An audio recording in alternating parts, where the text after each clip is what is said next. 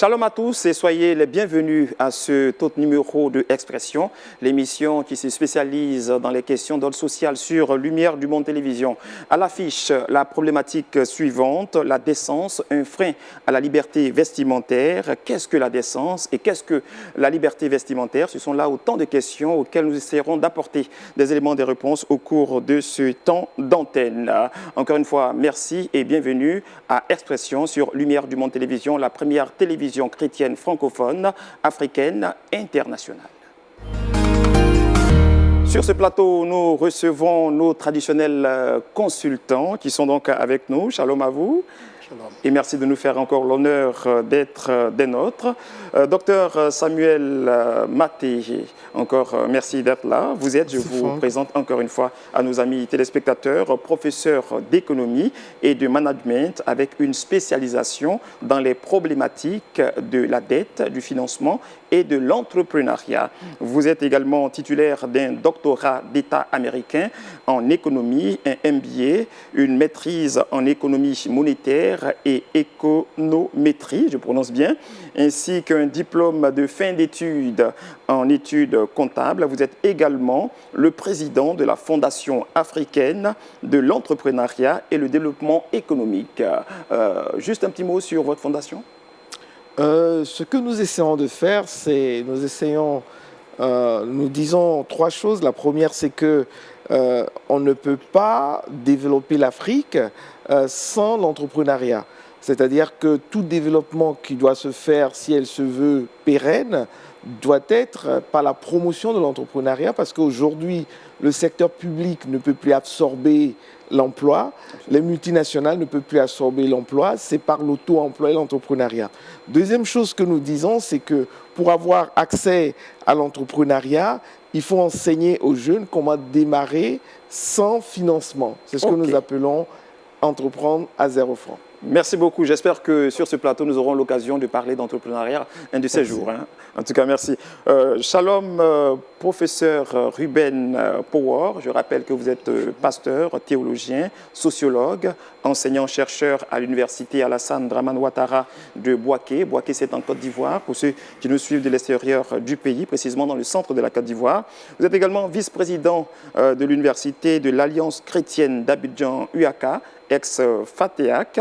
Vous êtes directeur de l'UFR, Sciences de l'Homme et de la Science de l'Université de l'Alliance chrétienne d'Abidjan. Vous êtes également professeur d'éthique chrétienne et vous êtes le coordonnateur général du Conseil des institutions théologiques d'Afrique francophone. Alors, dites-moi, professeur, c'est quoi l'éthique chrétienne? L'éthique chrétienne, c'est la manière dont un chrétien véhicule les valeurs qu'il tire de l'écriture, de la Bible, et la façon de se conduire en société, mais qui émane de sa foi, qui provient En un mot, le style de vie chrétien. Le style de vie chrétien. Voilà, tu as bien dit. Alors, le décor étant planté, nous allons maintenant, chers amis téléspectateurs, nous rendre sur le terrain pour le constat. C'est parti.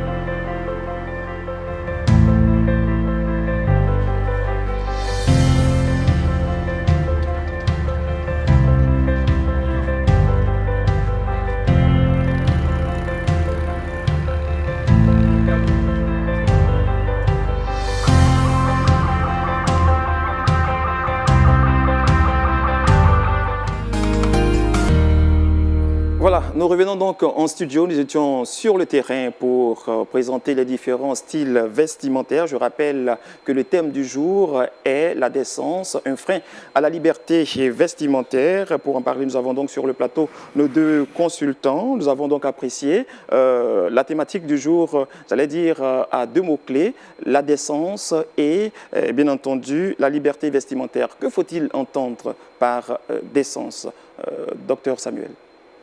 Bon, disons que la décence nous fait ramener à tout ce qui va selon la morale et les normes.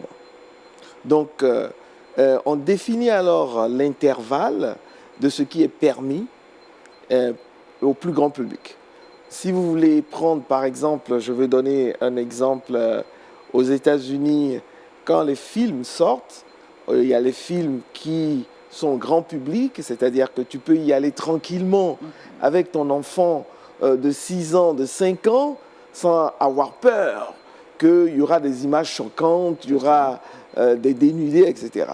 Donc la décence, c'est un peu ça. La décence, c'est de se dire que ce qui est fait de telle manière que, quelle que soit l'audience, que ce soit des enfants, que ce soit des trucs, ça ne les choque pas. Professeur Ruben Poor, quelle est l'approche théologique de la décence? La décence est un problème de valeur. Et vous savez, les valeurs sont des normes, comme le docteur Maté l'a dit tout à l'heure. Ce sont les normes, les règles qui sont liées à une culture, à un groupe ou à des individus. Et ce sont ces individus qui déterminent ces normes, ou alors une communauté qui détermine ces normes et qui dit aux membres de la communauté, voilà comment se conduire. Et quand vous vous conduisez conformément à ce qui a été déterminé, on dit vous êtes décent. Ou alors si vous êtes en dehors de ce qui a été communément adopté, alors vous sortez de la décence, vous êtes indécent. Alors je reste avec vous. Nous avons également dans notre problématique la liberté vestimentaire. La liberté vestimentaire, c'est la liberté qu'un individu a de s'habiller comme il veut. S'habiller comme il veut. Pour aller simple, c'est ça. Si ce que m'inspire un habit, je le porte. Et je le porte parce que je suis libre de le porter. Donc c'est pour dire que c'est une liberté qui est accordée à un individu de porter ce qu'il veut. Alors, quel constat faites-vous donc sur le terrain aujourd'hui? Quelle appréciation faites-vous de la façon dont les hommes et les femmes s'habillent aujourd'hui, docteur Maté Samuel? Bon, ce qu'on peut dire, c'est que nous avons un monde qui a évolué. On a parlé encore il y a quelques jours des réseaux sociaux et on se retrouve aujourd'hui dans un monde aujourd'hui qui est globalisé. Ce monde globalisé peut créer des problèmes, dans le sens que, comme l'a dit le professeur Poor, ce qui est admis dans la communauté X, qui est normal, et qui n'est peut-être pas normal dans la communauté Y, on se retrouve tous ensemble. Donc, on se retrouve à des gens qui sont choqués. Et moi, je me rappelle, encore une fois, dans le Ishwati, en Swaziland, les filles ont l'habitude de leur tenue traditionnelle. Nous aurons justement l'occasion de voir cela en image tout à l'heure. Ok, dans leur tenue traditionnelle, elles mettent en valeur leurs seins. Elles sont seins nus pratiquement en ville. C'est comme ça, elles se promènent. C'est leur culture, ça ne choque personne. Est-ce que vous voyez?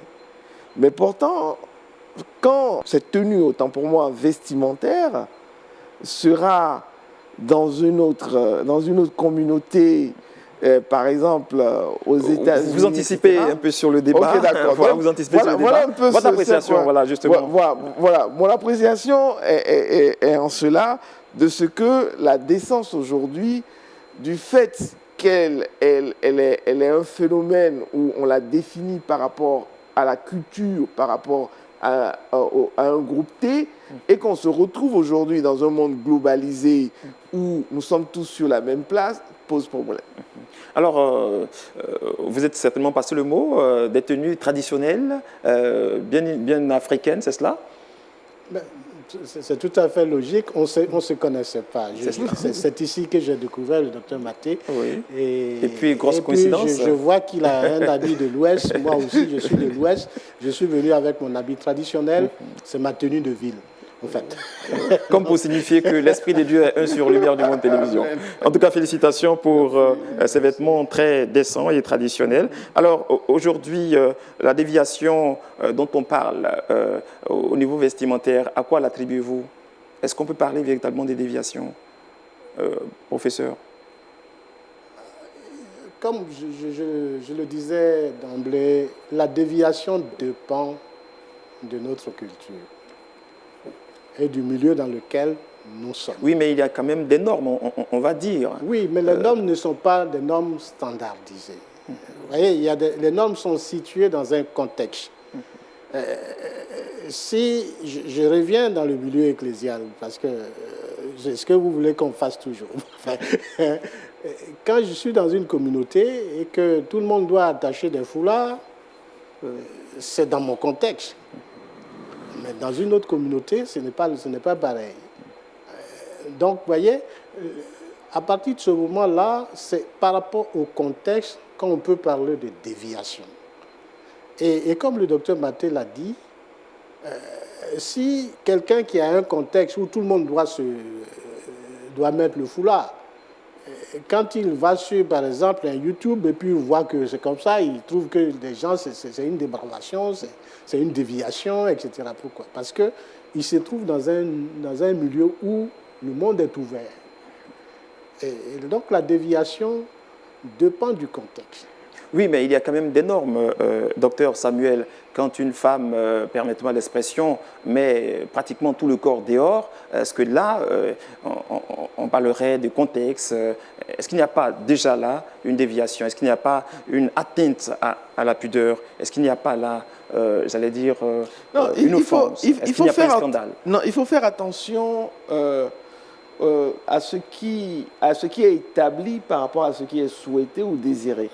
Est-ce que vous voyez? Il faut faire attention à ces deux choses. Et on peut se dire que dans le jardin, comme le disait un ami couturier, Dieu est le premier couturier, dans le jardin, Adam et Ève, ils étaient nus, selon les Écritures. Ils étaient nus. Dieu ne voyait en rien le fait qu'ils soient nus. Il ne voyait pas de problème en cela. Est-ce que vous voyez?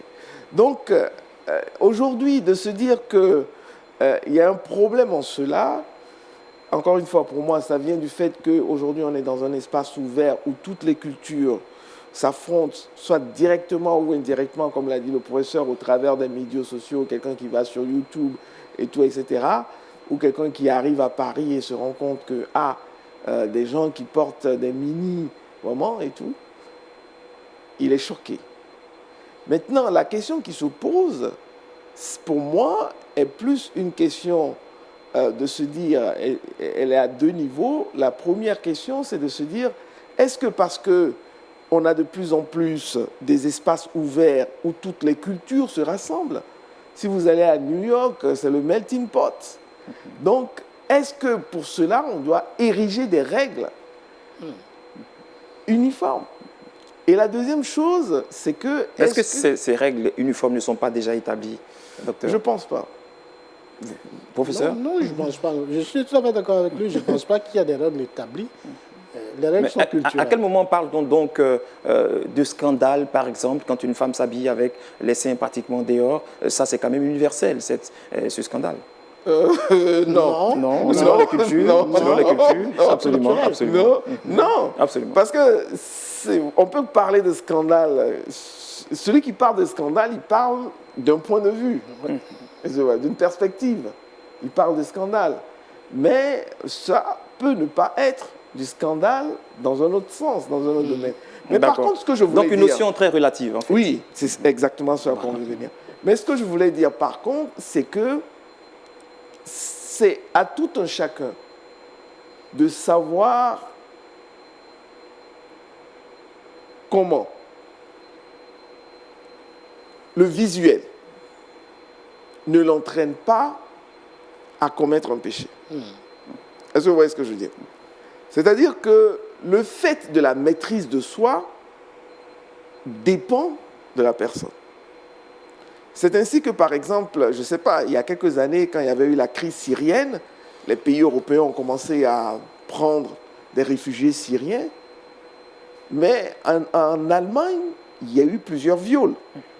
Parce que ces jeunes Syriens, certains parmi eux qui vivaient dans des communautés musulmanes strictes et radicales, quand ils sont venus en Allemagne et qu'ils ont vu des femmes en mini, etc., et qui s'approchent de toi, ça ne veut pas dire que c'est une invitation à la débauche. Et donc eux, on est culturellement formaté. Et oui, eux, ils ont eu des problèmes parce qu'ils se sont jetés sur ces femmes, ils se sont retrouvés en prison. Alors, c'est pareil aux États-Unis. Voilà. Alors, sans plus tarder, nous allons, avec votre permission, bien entendu, aller voir le micro-trottoir que nous avons réalisé sur la question de la décence, un frein à la liberté vestimentaire. Les images.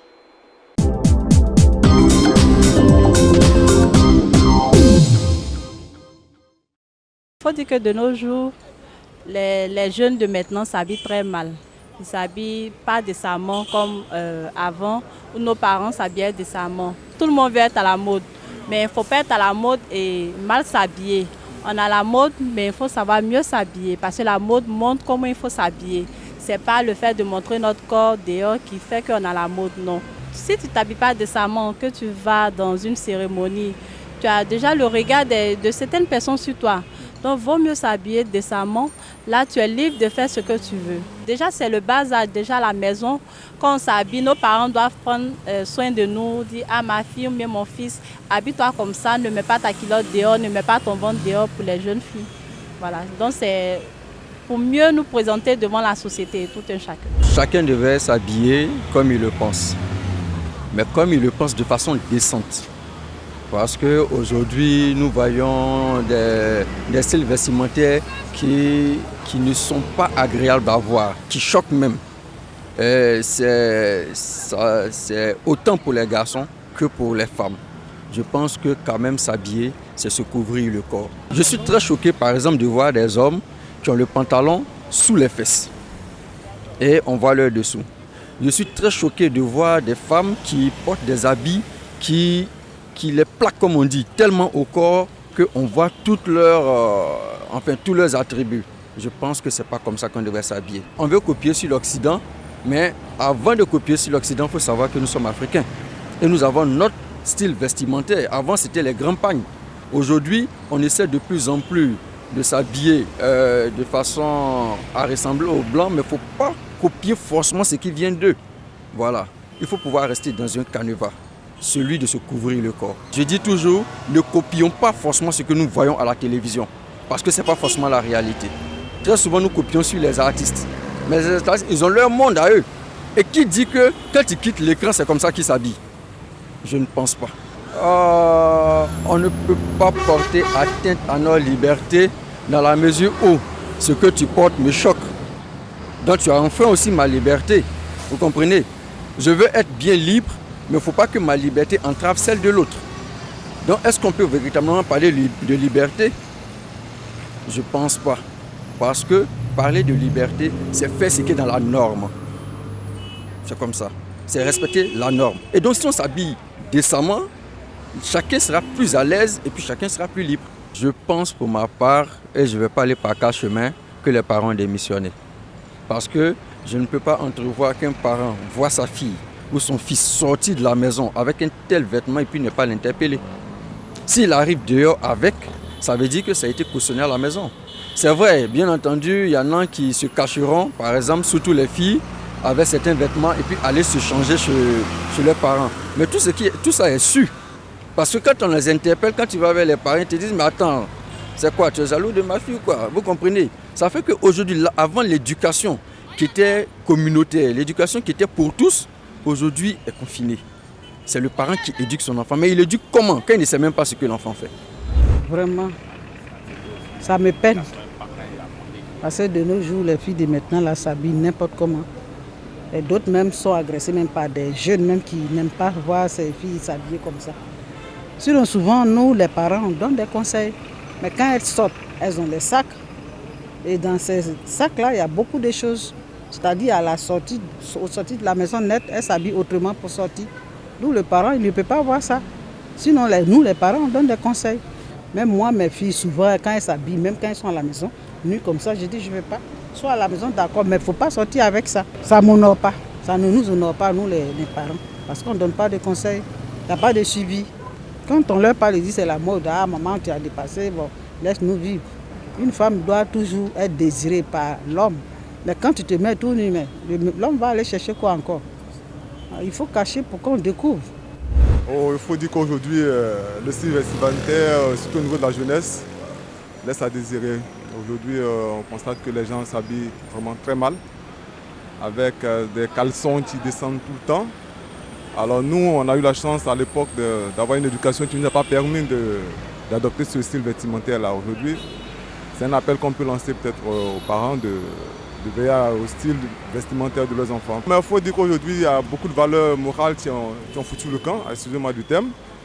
Et ça fait qu'aujourd'hui, il y a une déviation au niveau vestimentaire, au niveau comportemental qui régit sur toute la société en général. Filles comme garçons, aujourd'hui, les gens s'habillent très mal. Et je pense que c'est parce qu'aujourd'hui, il n'y a plus de valeurs, il n'y a plus de repères. Et s'il n'y a plus de repères, il va sans dire que la dépravation des mœurs va s'en suivre. Vous savez, s'habiller, ça exprime de la personnalité de celui qui porte le vêtement. Et donc, quand vous voyez quelqu'un qui, même s'il a un bagage intellectuel assez important, s'il n'est pas bien habillé, ça veut dire qu'il y a quelque chose qui n'a pas marché dans l'éducation qu'il a reçue. Libre s'habiller comme on veut, mais ne pas choquer aussi les autres qui sont en face. C'est ça aussi la liberté. La liberté des uns s'arrête là où commence celle des autres, comme le dit un célèbre philosophe.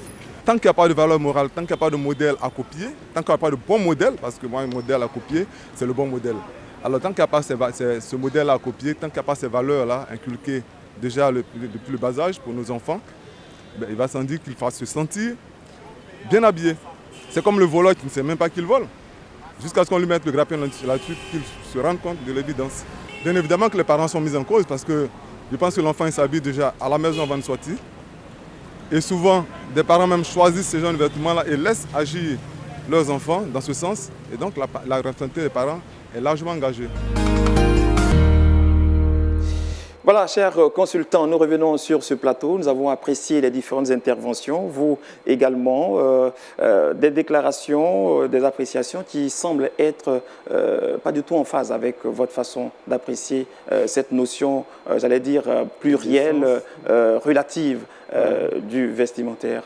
Docteur Samuel. Il y a Paul dans les Épîtres qui a dit... qui a fait une déclaration qui parfois est controversée dans le milieu chrétien. Il dit, quand je suis avec les Romains, je fais comme les Romains. Quand je suis avec les Antiques, je fais comme les Antiques. Donc, ça veut pas dire que si les Romains pêchent contre la loi de Dieu, il va les suivre. Ça voudrait dire que je m'adapte au milieu. Est-ce que vous voyez? Donc, ici, il est bon d'avoir la sagesse. Et la sagesse dit qu'il faut s'adapter au milieu. Quand je m'en vais quelque part, je m'habille selon les exigences de ce milieu. Et on a vu, par exemple, à un moment donné, il y a eu cette polémique où certains dignitaires occidentaux allaient en Arabie Saoudite et on demandait à ce que leurs femmes portent un voile ou pas, etc., etc. Donc, mais ici, nous sommes dans un contexte, je vais dire, purement africain et les réactions le font savoir. On parle de générations qui dévient. Il y en a même qui a parlé des parents qui ont démissionné. Il y a quand même un problème. Non, moi, je ne dirais pas que les parents ont démissionné. C'est pas que c'est faux à 100%. C'est votre point de vue, professeur? Les parents ont-ils démissionné dans cette société qui se veut moderne avec ces jeunes qui s'habillent de façon très désinvolte? Non, c'est généraliser ça. Si on dit les parents ont démissionné, il y a des familles où, vous savez, il y en a tellement de familles, les familles monoparentales, les familles recomposées, enfin, toutes sortes de familles. Et les difficultés que les familles rencontrent dans l'éducation des enfants varient d'une famille à l'autre. Il y a des familles qui n'ont pas le contrôle sur leurs enfants. À partir de ce moment-là, on peut dire, bon, puisqu'il n'y a pas de contrôle, il y a effectivement une démission. Mais il faut voir, ce n'est pas toutes les familles qui ont démissionné. Oui, mais le constat est là. Nombreux sont ces jeunes aujourd'hui qui s'habillent de façon très choquante. On a parlé de pantalons en dessous des fesses, des filles qui portent des jupes qui mettent pratiquement toute la nudité dehors. Il y a quand même un problème. C'est vrai que vous parlez d'une société libre. Le concept de la liberté vestimentaire serait culturel et j'allais dire, relatif. Mais quelque part, il y a quand même une éthique aussi à défendre. Oui, c'est-à-dire que ce que nous sommes en train de dire ici, c'est que la décence a une corrélation, un lien très fort avec le milieu culturel, de par sa définition. Ça, c'est la première chose que nous disons. Et on ne peut pas balayer et condamner. Oui, je comprends, professeur. Mais deuxième chose que nous disons, c'est que on ne peut pas généraliser certaines choses. Pour dire que, bon, les parents ont démissionné. On a vu l'exemple de cette dame. Elle parle à sa fille. Mais, comme on l'a dit les autres, moi, j'ai été déjà témoin de ça. Elle s'habille bien, elle sort, elle va chez sa copine et elle se change là-bas. Est-ce que vous voyez? On ne peut pas parler de parents qui ont démissionné. Il y a des forces qui interviennent. Quelle est la force qui impacte plus le jeune? Est-ce que c'est les parents? Est-ce que c'est etc. Ce que nous disons également, c'est que l'habit, ce qu'on doit enseigner aux jeunes, c'est la sagesse de se dire que je m'habille conformément à l'environnement. C'est cette sagesse qu'il faut qu'on inculque aux jeunes. Pour dire que quand je vais... Nous dirons qu'ils sont dans leur temps, à leur époque. Non, quand on parle de cette sagesse, elle est différente. Est-ce que vous voyez? Elle est différente. Quand je vais à un carnaval, je m'habille comme je vais à un carnaval. Quand je vais à l'église, devant Dieu, je m'habille d'une certaine manière. C'est cette sagesse qu'il faut enseigner aux jeunes pour que le jeune puisse avoir les outils d'appréciation pour se dire que ça, je peux le faire, ça ne va pas dans tel contexte, etc. Quand nous allons sur cette base, il est plus facile de les raisonner. Mais si tu viens en frontal pour lui dire que non, pourquoi tu as porté ça? Ça, c'est dîner, ça, il va te dire non, tu es hors là, ça, c'est une autre époque, etc. C'est un message différent que nous essayons de faire passer. Et leur dire plutôt, apprends à évaluer le milieu et à t'adapter. Parce que quand même, tu représentes le royaume de Dieu. C'est cela. Alors, professeur Ruben Power, est-ce que là, on peut parler, devant ces appréciations très différentes, on peut parler d'un conflit de génération entre la génération des aînés, qui est plus enclin à un style vestimentaire plus commode, et cette jeunesse qui se dit libre de vivre son époque? Bon, je ne pense pas qu'il faut opposer les générations. C'est pourtant ce que se constate sur le terrain. Oui. C'est la mauvaise approche. C'est la mauvaise approche, effectivement. Il ne faut pas opposer les générations. Notre génération ne sera pas celle de nos enfants. Parce qu'ils ont leur génération. Mais comme le docteur Mathé l'a dit tout à l'heure, c'est d'ailleurs la même approche que l'apôtre Paul a. Quand il dit il faut s'habiller d'une manière décente. Et puis s'habiller avec pudeur et simplicité. Ça passe partout, dans toutes les générations. Un jeune aujourd'hui qui doit s'habiller d'une manière décente, qui doit s'habiller avec pudeur et avec simplicité parce qu'il est croyant, il est chrétien, il va s'habiller comme les jeunes de sa génération, mais en tenant toujours ces paroles fortes de l'apôtre Paul dans sa vie. Il ne pourra pas s'habiller comme son grand-père, comme sa grand-mère, mais il va s'habiller de manière décente, avec pudeur et simplicité. Est-ce que c'est ce qu'on remarque aujourd'hui sur le terrain, ces jeunes qui ne connaissent pas Christ, par exemple, et qui s'habillent, j'allais dire, d'une façon... Le rôle appartient à qui? Aux communautés chrétiennes de les sensibiliser, de les éduquer, de les accompagner, d'organiser des rencontres où on parle de ces sujets, on écoute les jeunes, ils ont des attentes, ils ont des besoins, il faut répondre à ça. Donc il faut organiser des rencontres pour ça. Docteur Samuel Maté, votre appréciation de l'habillement des jeunes dans le contexte ivoirien. Nous sommes en Côte d'Ivoire. Quelle appréciation faites-vous du style vestimentaire des jeunes aujourd'hui? Non, mais moi aujourd'hui, je pense que le jeune ivoirien est dans la norme de tous les jours. C'est quoi cette norme? Et la norme de tous les jours, quand je vois les femmes, elles sont dans des pagnes wax, elles sont dans des, etc. Je pense que l'ivoirienne s'habille bien, l'ivoirien s'habille bien. Et même bon chic, bon genre.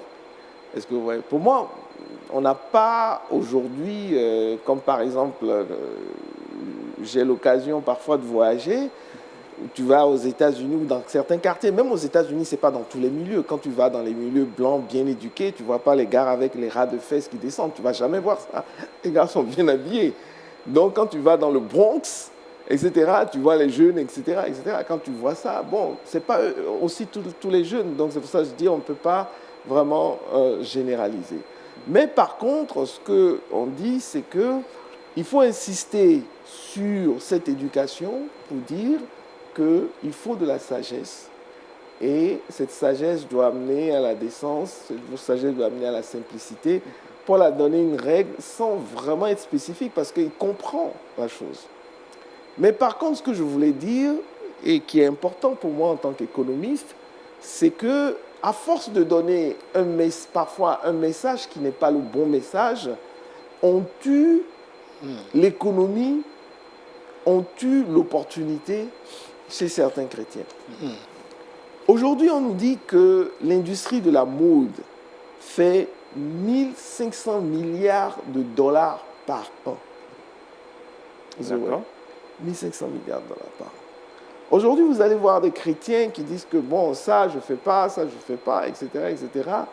Et on se ferme des portes. C'est un moyen d'évangélisation aussi. Le chrétien peut faire de la mode. La dernière fois, j'avais vu un défilé de mode, un défilé musulman. Les voiles, ils ont mis des couleurs verdâtres, ils ont fait, etc. C'est à ça que Dieu nous appelle, à la créativité, à changer les choses en nous donnant une règle de base. Et je pense qu'on doit encourager, si nous arrivons à passer le bon message au peuple de Dieu, pour dire que ce de quoi il s'agit ici, c'est d'avoir la sagesse de porter ce qu'il faut là où il faut. Ok. Professeur Por, avez-vous déjà été scandalisé par un accoutrement? Oui et non. Scandaliser, c'est trop dit, mais puisque je suis un enfant du monde, je vais partout. Et ça fait que j'ai vu tout ce genre d'habillement. Il s'agit d'avoir une discipline en soi-même. Et cette discipline, elle est forgée par la piété. Comme l'apôtre Paul le dit, la piété est utile à tout.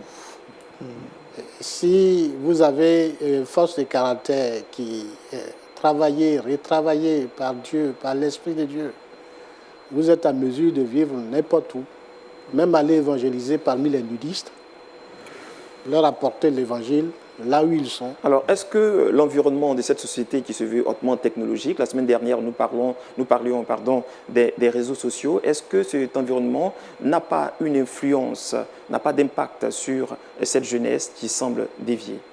Docteur? Non, mais c'est clair que c'est pour ça que nous parlons de l'importance d'éduquer la jeunesse avec le bon message et la sagesse. Parce que, comme on l'a vu la semaine passée, une des choses que les réseaux sociaux ont fait, c'est d'ouvrir, c'est de réduire ou abolir les distances. Et c'est d'ouvrir les communautés. Donc on n'a plus des communautés cloîtrées, mais tout le monde se retrouve sur la même place. C'est comme si on était dans une résidence et puis on enlève les murs de toutes les habitations. Donc tout le monde se regarde, tout le monde voit ce que tout le monde fait. C'est un peu ce qui se passe aujourd'hui. Et donc, c'est pour ça qu'on parle de sagesse.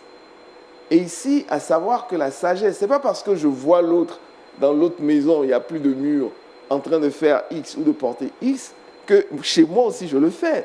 Parce que chez moi, même s'il n'y a pas de mur, s'il n'y a plus de mur, le contexte est différent.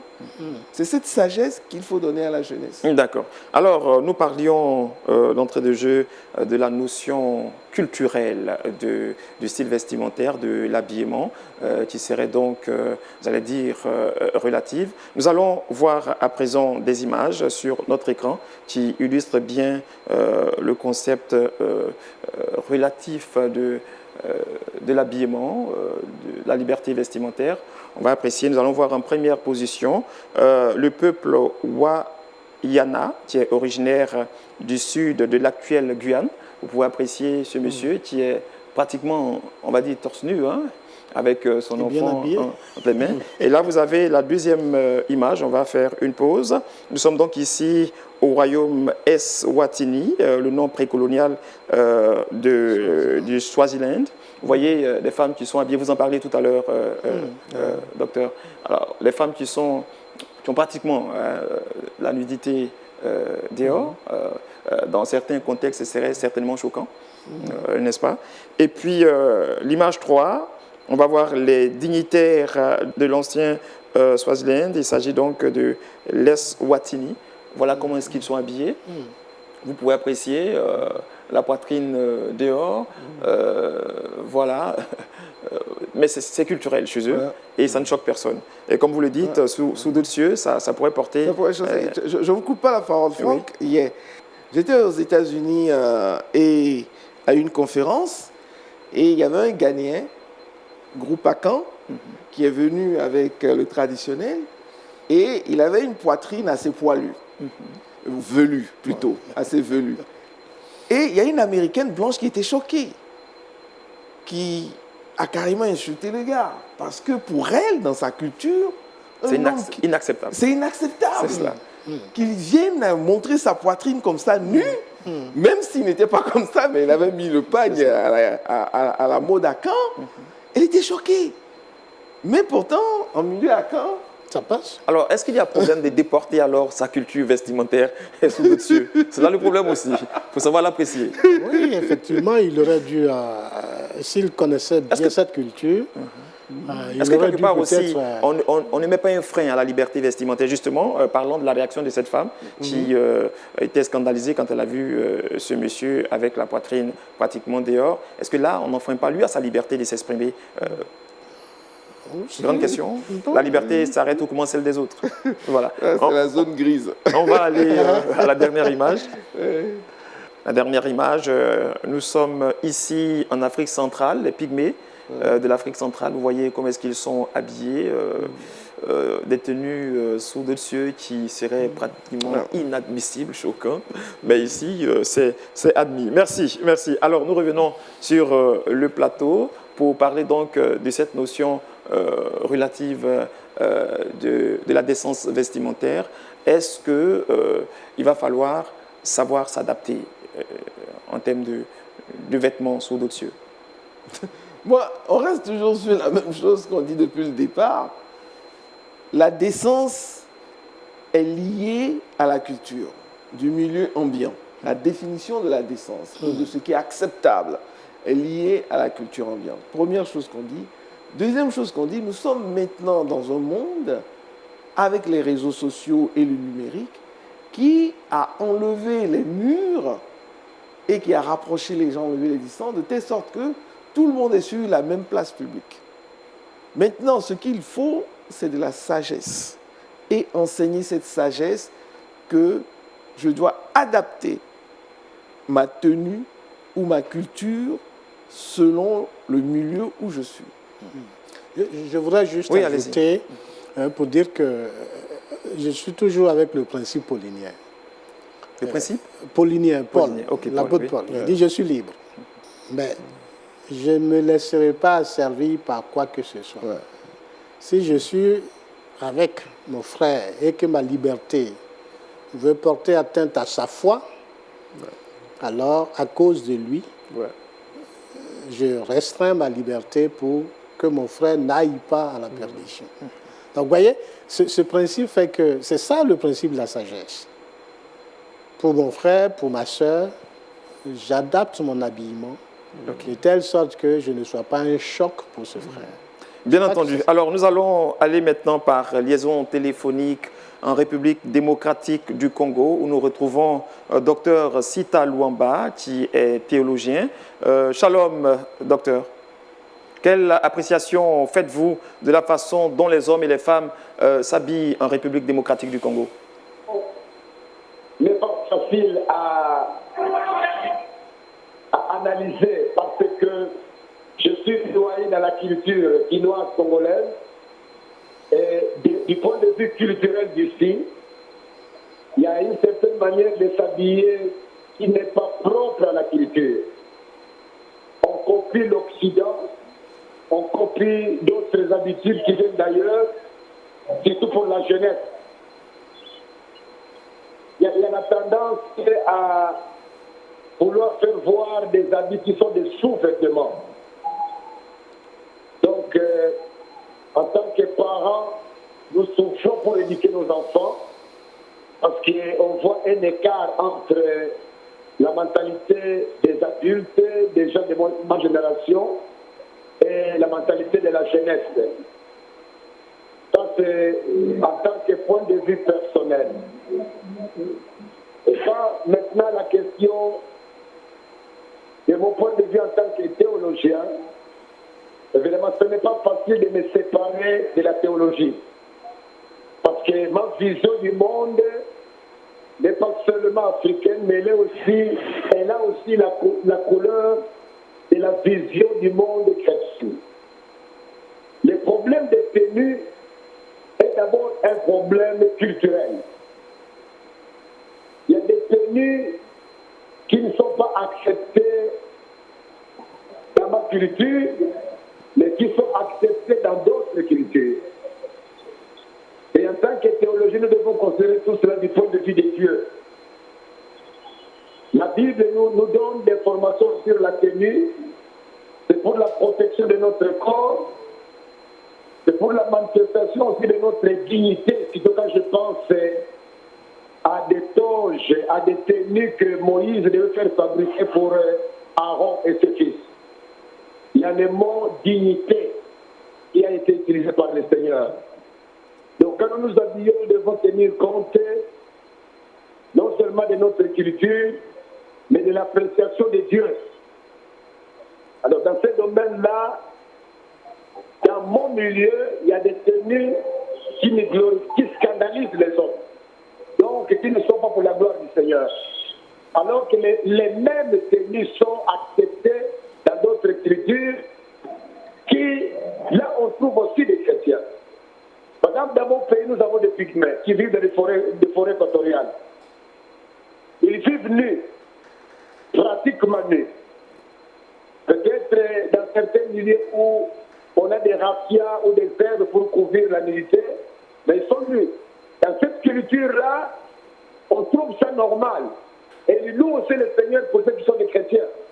Mais cette tenue-là, à Titato, à Abidjan, sera scandaleux. Donc, c'est là où nous devons tenir compte du contexte avant de donner notre appréciation théologique. Ok, docteur Sita Luamba, nos consultants sont unanimes à dire que la notion de la décence vestimentaire est une notion relative. Vous partagez ce point de vue? Oui, moi je suis d'accord de dire que c'est un concept relatif et non absolu. Quand je suis arrivé, par exemple, je suis arrivé à Amsterdam pour mes études théologiques. J'étais choqué pendant l'été de voir des personnes qui avaient des courtes robes, des courtes jupes. Mais quand je me suis adapté, quand je me suis habitué dans cette culture-là, ça ne me choquait plus. Et quand je suis revenu dans mon pays, quand mon épouse portait des pantalons, elle était critiquée dans mon église. Nous étions obligés d'être conscients que nous sommes dans une autre culture et que ce qui était accepté de l'autre côté, dans ma culture, n'était pas acceptable. Donc c'est un concept vraiment relatif. Ok, alors à vous entendre, une femme qui met un pantalon et qui se rend à l'église ne devrait pas scandaliser. seulement pour avoir vécu dans une autre culture, nous ne devons pas être scandalisés. Le scandale est là parce que nous jugeons selon notre culture à nous. Et nous avons aussi raison, parce qu'on ne peut pas rejeter notre culture. Nous rejetons des éléments de notre culture qui sont opposés à la parole de Dieu. Mais quand un aspect de la culture n'est pas opposé clairement à la parole de Dieu, nous devons être relatifs de notre manière d'apprécier.